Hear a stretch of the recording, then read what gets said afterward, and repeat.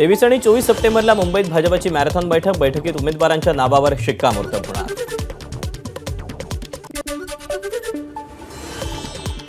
महायुतीत 288 पैकी 168 जागांवर कोणताही वाद नाही। बहुतांश जागा सिटिंग गेटिंग फॉर्म्युल्यामुळे निकाली निघाल्या। एबीपी माझाला महायुतीतल्या वरिष्ठ नेत्यांची माहिती। जागा वाटपाबाबत महायुतीची 24 आणि 25 सप्टेंबरला 2 दिवस बैठक। वाद असलेल्या जागांवर दिल्लीत अमित शहांच्या उपस्थितीत महायुतीच्या नेत्यांची बैठक होणार असल्याची माहिती। राष्ट्रवादी अजित पवार गटाच्या बैठकीत जागा वाटपावर चर्चा। विधानसभेसाठी महायुतीत 70 पेक्षा अधिक जागांवर दावा केला जाणार असल्याची माहिती। आज मुंबईत महाविकास आघाडीची बैठक। 6 ते 7 जागांवर तिढा, तर मुंबईतल्या 36 जागांवरची चर्चा जवळपास पूर्ण होण्याच्या मार्गावर। महाविकास आघाडीत वर्धा पॅटर्नची पुनरावृत्ती। मतदारसंघ एकाकडे आणि सक्षम उमेदवार दुसऱ्या पक्षाकडे असल्यास उमेदवारांची देवाणघेवाण होणार।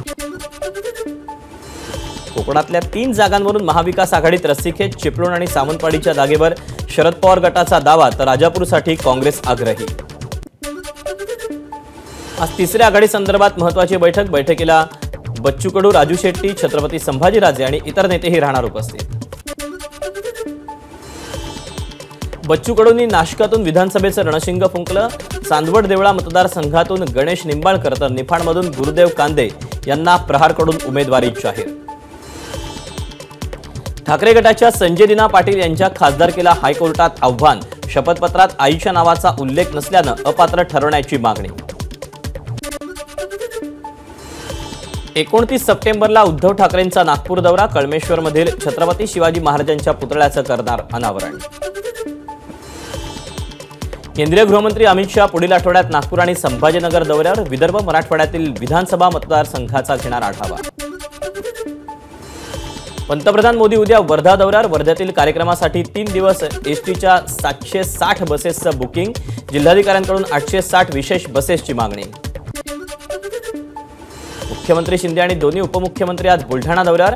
लाडकी बहीण लाभार्थींशी साधणार संवाद। बुलढाण्यातील 26 महापुरुषांच्या पुतळ्यांचंही करणार अनावरण। बुलढाण्यात लाडकी बहीण योजनेसाठी 400 एसटी बसेसचं बुकिंग। महिलांना कार्यक्रमस्थळी आणण्यासाठी व्यवस्था। लाडकी बहीण योजनेवरून बच्चू कडूंची सरकारवर टीका। कांद्याला भाव द्या, आम्ही प्रत्येक आमदाराला वर्षाला 4 क्विंटल कांदा आणि मुख्यमंत्र्यांना 15 क्विंटल कांदा, तर पंतप्रधानांना ट्रकभर कांदा मोफत देऊ, बच्चू कडूंची टीका। जय मालोकार मृत्यू प्रकरणाची चौकशी व्हावी। या प्रकरणात आम्ही दोषी असल्यास आम्हाला फासावर द्या, राष्ट्रवादीचे आमदार अमोल मेटकरींचं आव्हान। राहुल गांधींविरोधात आंदोलन करणाऱ्यांविरोधात काँग्रेस आक्रमक। आज राज्यभरात काँग्रेसचं आंदोलन। आंदोलनाला राष्ट्रवादी शरद पवार पक्षाचा जाहीर पाठिंबा। अजित पवार गटाला शरद पवार गटाचा धक्का। छगन भुजबळांचे समर्थक आणि ओबीसी सेलचे अध्यक्ष ईश्वर बाळबुद्धे करणार शरद पवारांच्या पक्षात प्रवेश। महायुतीचे सहयोगी आमदार असलेल्या राजेंद्र पाटील येड्रावकर यांच्या शाहू विकास आघाडी पक्षाला केंद्रीय निवडणूक आयोगाकडून मान्यता। राजेंद्र पाटील येड्रावकर शाहू विकास आघाडीकडूनच निवडणूक लढण्याची शक्यता। मुख्यमंत्र्यांच्या हस्ते स्वच्छ ही सेवा या अभियानाचा शुभारंभ। गिरगाव चौपाटीवर हातात झाडं घेऊन मुख्यमंत्र्यांकडून साफसफाई।